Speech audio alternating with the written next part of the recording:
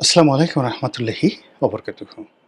সম্মানিত দর্শক, প্রধানমন্ত্রী তারেক রহমান সাহেবের চীন সফর নিয়ে এখন রীতিমতো তেলেস্মাতি চলছে রাজনীতির অঙ্গনে। তিনি যখন সিদ্ধান্ত নিলেন যে তিনি চীন সফরে যাবেন, তাৎক্ষণিকভাবে আমাদের দেশের এই মুহূর্তে দুটো পরাশক্তি, যারা বাংলাদেশের ব্যাপারে খুব নাক গলাচ্ছে। এক নম্বরে মার্কিন যুক্তরাষ্ট্র, দুই নম্বরে ভারত, পরস্পর বিরোধী অবস্থানে থেকে এই চীনের সফরটি যেন সফল না হয়, তারা নানা রকম উদ্যোগ নেওয়া শুরু করে দিল। এবং সেই উদ্যোগের মধ্যে সবচেয়ে একটা দৃশ্যমান উদ্যোগ বাংলাদেশে, সেটা হলো মিস্টার ব্রেন্ট ক্রিস্টেনসেন। তিনি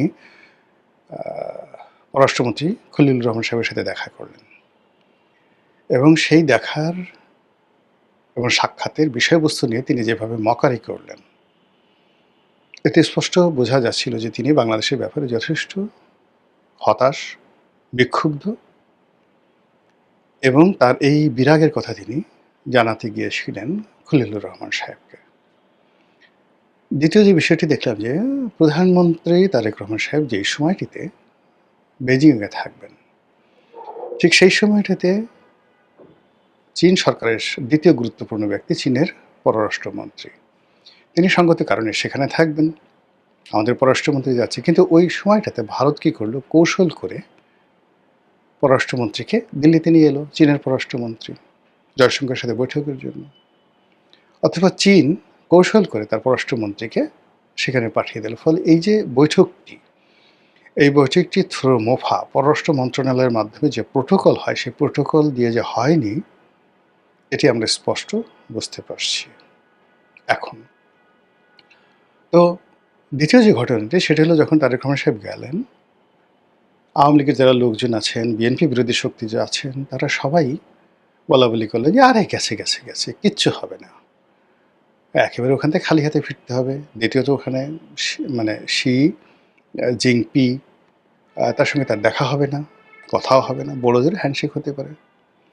যা হোক, পরবর্তীতে যখন দেখা গেল যে না, প্রেসিডেন্ট তাকে যথেষ্ট সম্মান দিয়েছেন, মানে আমাদের প্রধানমন্ত্রীকে সম্মান দিয়েছেন, তাদের মধ্যে বৈঠক হয়েছে, সৌহার্দ্যপূর্ণ কথাবার্তা হয়েছে, বাংলাদেশের সাথে সম্পর্ক নিয়ে মিস্টার শি যে বক্তব্য দিয়েছেন, সেটি এখন রীতিমতো ভাইরাল।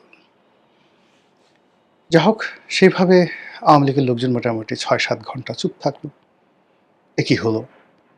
তাদের যে নেত্রী চীন সফরে গিয়ে তার সর্বনাশ তিনি ডেকে নিয়ে এসেছিলেন। আর বিএনপি যে কথা বলার চেষ্টা করেছিলেন যে শেখ হাসিনার যেখান থেকে শুরু, মানে শেষ, এই চীন দিয়ে শেখ হাসিনার শেষ হয়েছে, সেই চীন থেকেই তারেক রহমানের শুরু হলো। বিশেষ করে চীনের প্রেসিডেন্ট যখন মেনশন করলেন যে তারেক রহমান সাহেবকে তৃতীয় জেনারেশনের, থার্ড জেনারেশনের ঐতিহ্যবাহী একটি রাজনীতির ধারক বাহক বললেন। অর্থাৎ তিনি প্রধানমন্ত্রী, তার মা প্রধানমন্ত্রী, তার বাবা প্রেসিডেন্ট। তো সে অর্থে শেখ হাসিনা দ্বিতীয় জেনারেশনের, তার কাছে শুধুমাত্র বঙ্গবন্ধুর লিগেসি রয়েছে। তো সেক্ষেত্রে যদি আভিজাত্য ধরেন, যেটিকে বলা হয় অ্যারিস্টোক্রেসি, তো সেই আভিজাত্যের প্রাচীনত্বে তারেক রহমান সাহেব এক ধাপ আগানো, এক জেনারেশন আগানো। তো সেই অর্থে বিএনপির যারা লোকজন, তাদের বক্তব্য যে দেখো দেখো দেখো আমাদের প্রধানমন্ত্রী কতটা ঐতিহ্যবাহী, যে চীনের প্রেসিডেন্ট, কিংবা তিনি যখন মালয়েশিয়াতে গেলেন, মালয়েশিয়ার প্রেসিডেন্ট বারবার তার মার কথা স্মরণ করছেন, তার বাবার কথা স্মরণ করছেন। কিন্তু শেখ হাসিনা যে বিদেশে গেছেন কখনো, তো তিনি তো সেই লিগেসিটা ধারণ করতে পারেনি। এর কারণে বঙ্গবন্ধুর সঙ্গে যাদের খাতির ছিল, তারা সবাই মরে গেছেন। আর শেখ হাসিনার যে বয়স, প্রায় 78 ইয়ার্স ওল্ড নাও, তো তিনি বিশ্বের যে কজন বয়স্ক বা বয়স্কা রাজনীতিবিদ আছেন, তাদের মধ্যে শীর্ষতম। ফলে তাকে নিয়ে স্মৃতিচারণ করার, তার বাবাকে নিয়ে স্মৃতিচারণ করার ঘটনা ঘটেনি। তো সেই অর্থে শহীদ প্রেসিডেন্ট জিয়াউর রহমান, বেগম জিয়া, তাদের যে উত্থান, তাদের কর্মজীবন, এই সব মিলিয়ে এখন এই রাজনীতিতে যারা আছেন, অনেকে স্মৃতিচারণ করতে পারছেন। সেই অর্থে চীনের যে প্রেসিডেন্ট, তিনিও স্মৃতিচারণ করলেন, এবং এটি নিয়ে বিএনপির যারা লোকজন আছে, তারা তো মহা খুশি। এতটা খুশি যে এখন তারা বলার চেষ্টা করছে যে দেখো দেখো দেখো, যে শেখ হাসিনা চীনে গিয়ে তার পতন ডেকে নিয়ে আসলেন, সেখানে গিয়ে আমাদের নেতা, আমাদের দল কি পর্যায়ে সফল হয়ে গেল। কিন্তু এটাও আবার বেশি, মানে ৬ ঘন্টার বেশি স্থায়ী হলো না। এখন যারা আওয়ামী লীগের লোক, তারা আবার মুখ খোলা শুরু করেছেন। তাদের বক্তব্য হলো যে চীন কি দিয়েছে, যে সকল আলাপ আলোচনা হওয়ার কথা ছিল সেগুলো তো একটাও আলাপ আলোচনা হয়েছে, বা যে সকল সমঝোতা স্মারক স্বাক্ষরিত হয়েছে এগুলো তো কোনো গুরুত্বপূর্ণ কিছু নয়। এই মুহূর্তে বাংলাদেশের টাকা দরকার, সেই টাকা তো চীন দিচ্ছে না। তিস্তা ব্যারেজ নিয়ে একটা ট্রু শব্দ চীন করছে না, অথচ এটি নিয়ে যদি চীন একটু বড় কথাও বলতো, অ্যাটলিস্ট ভারতকে চাপে ফেলা যেত। এখন তো ভারতের যারা লোকজন রয়েছেন তারা ৩২টা দাঁত বের করে তারপরে শেষে উলুধ্বনি দিবে। ওই যে জিহ্বা বের করে, মানে হিন্দুরা যেভাবে উলুধ্বনি দেয়, ওভাবে ৩২টা দাঁত বের করে উড়ু উড়ু করে উলুধ্বনি দেবে, যে গেলা গেলা গেলা, তিস্তা প্রকল্পের কি হলো, হই হই রই রই, তিস্তা প্রকল্প গেল কই, হই হই রই রই, চীনের হাসপাতাল গেল কই, হই হই রই রই, চীনের সেই সামরিক বিমান ঘাঁটি গেল কই, হই হই রই রই, চীনের বস্তা ভরা টাকা গেল কই। ভারত এখন বলবে, এখন ঘুরে ফিরে দাদাদের দিনকাল, এরকম আওয়ামী লীগের লোকজন বলা শুরু করে দিয়েছে। এটি নিয়ে আমি যখন আজকের দিনে ভিডিওটি করছি, এখনও পর্যন্ত বিএনপি তারা মুখ খুলেনি। তাদের যে সমস্ত সরকারি বক্তব্য আসছে, সেই সরকারি বক্তব্যই খুবই পরিমিত, সংযত, এবং সরকারের পক্ষ থেকে এরকম আহামরি তেমন কোনো কথা বলা হয়নি। ফলে এখানে যে বিষয়গুলো এসছে, যে চীন যে সিল্ক রোড নির্মাণ করতে যাচ্ছে, সেখানে মায়ানমারের মাধ্যমে বাংলাদেশে একটা করিডোর যাচ্ছে, সেই করিডোর দিয়ে চীনের পণ্য সরাসরি বাংলাদেশ থেকে চীনে যাবে মায়ানমার হয়ে, আবার মায়ানমার হয়ে চীনের পণ্য বাংলাদেশে আসবে বাই রোডে কুনমিং হয়ে। এরকম একটা সমঝোতা স্মারক MOU যে প্রস্তাবটা এখন করা হয়েছে, এটা শেখ হাসিনার জামানাতে স্বাক্ষরিত হয়েছে। তো কাজে এটা নতুন কিছু নয়। আবার চীনের যে কথাবার্তা, প্রথম যখন মিস্টার শি বাংলাদেশে এলেন নজিরবিহীনভাবে, তারপরে শেখ হাসিনা গেলেন, ওই সময়টাতে আমরা শুনেছিলাম যে চীন বাংলাদেশের অবকাঠামো উন্নয়নে $40 বিলিয়ন তারা দেবে পর্যায়ক্রমে। $40 বিলিয়ন তো দূরের কথা, চীনের $4 বিলিয়ন সরকারের পক্ষ থেকে আসেনি। কাজে যে সকল বিষয় আসে সেটা হলো তাদের প্রাইভেট সেক্টর থেকে প্রকল্প সহায়তা হিসাবে বিভিন্ন প্রকল্পে চাইনিজ কোম্পানিগুলো ব্যবসা পেয়েছে, এবং এই অর্থে চাইনিজ ব্যাঙ্কগুলো তাদের লোন দিয়েছে। যেমন পদ্মা সেতু আমাদের অর্থায়নে টাকা হয়েছে।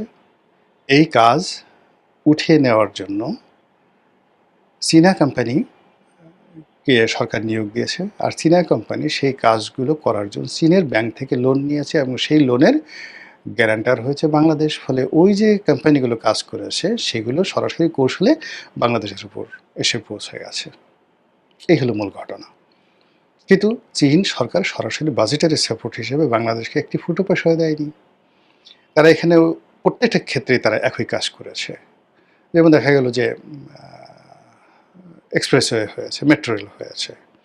তো এখানে চীনা অর্থ যেই প্রক্রিয়াতে আসছে, সেই প্রক্রিয়াতে তারা সবসময় তাদের দেশের কমার্শিয়াল ব্যাঙ্কগুলোকে, অ্যাজ ইট ইজ বাংলাদেশের সোনালী, জনতা, অগ্রণী ব্যাংক, তারা বিনিয়োগ করেছে। এস আলম দুবাইতে একটা কাজ করছে, এরকমভাবে তারা সেই কাজগুলো বাংলাদেশে করেছে।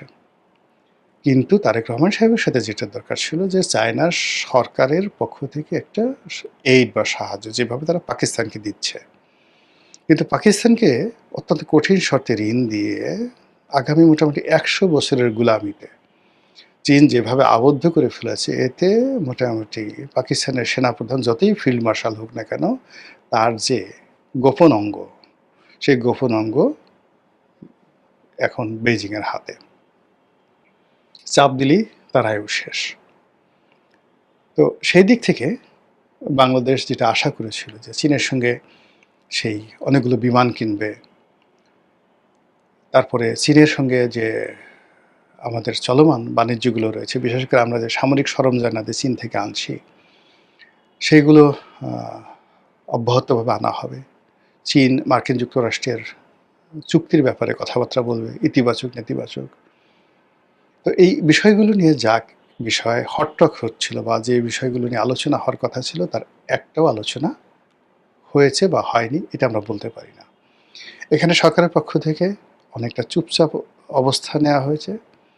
চীনের সরকারের পক্ষ থেকে খুব মেপে ঝুঁপে চুপচাপ অবস্থায় সেই সরকারকে একটা সুযোগ দেওয়া হয়েছে যেন সরকার এই মুহূর্তে আমেরিকা অথবা ভারতের রোষানলে না পড়ে। আমি যেটা ব্যক্তিগতভাবে মনে করি। কিন্তু সরকারের যারা প্রতিপক্ষ, সেই প্রতিপক্ষ যেভাবে ঢোল বাজাচ্ছে, এতে করে সরকার প্রভোগ হয়ে যেতে পারে। এতে করে সরকারের যে কর্মকাণ্ড, সেই কর্মকাণ্ডে স্থবিরতা চলে আসতে পারে। এতে করে সরকারের যে শক্তিমত্তা রয়েছে, সেই শক্তিমত্তায় দুর্বলতা দেখা দিতে পারে। এই গেল একটা। ২ নম্বরে যেটা হয়, সেটি হলো সরকারের তো টাকা লাগবে। এখন কোনো মিষ্টি কথায় কাজ হবে না। বাজেটারি সাপোর্টে সরকারের টাকা লাগবে। এখন সেই টাকার সংস্থান আইএমএফ থেকে হচ্ছে না। আইএমএফ আগের যে লোন স্যাংশন ছিল আওয়ামী লীগ জমানাতে, সেটা ক্যানসেল করে দিয়েছে, বলছে এখন নতুন করে অ্যাপ্লাই করো। আইএমএফের যে প্রোটোকল আছে, সেই প্রোটোকলে নতুন করে অ্যাপ্লাই করে সরকার বলছে আমার $4 বিলিয়ন লাগবে। এই $4 বিলিয়ন সেখান থেকে আনতে কী পরিমাণ আদা জল খেতে হবে এবং কী পরিমাণ শর্ত, আইএমএফের শর্ত পালন করতে হবে, এটা বলে গড নোস। বিশ্বব্যাংক ঘোরাচ্ছে, কিন্তু বিশ্বব্যাংক প্রকল্প সহায়তা দেবে, যেহেতু আমাদের আঞ্চলিক যে নিয়ম অনুযায়ী আমরা সে টাকা পাবো, কিন্তু সেই টাকা দিয়ে তো বাজেটেরই সাপোর্ট হবে না। কিন্তু সরকার তো বাজেটকে সাপোর্ট দেওয়ার জন্য টাকা লাগবে, যে টাকা চীন দেবে। কিন্তু চীনের পক্ষ থেকে এই বিষয়গুলোতে কোনো রকম ইতিবাচক সাড়া দেওয়া হয়েছে বলে আমরা বলতে পারি না। ফলে এই যে চীন ভ্রমণ করে আসলেন, এটা নিয়ে এক পক্ষের আনন্দ, অপর পক্ষের হতাশা, বা অপর পক্ষের হতাশা, এক পক্ষের আনন্দ, এটা এখনও সেটেল হয়নি।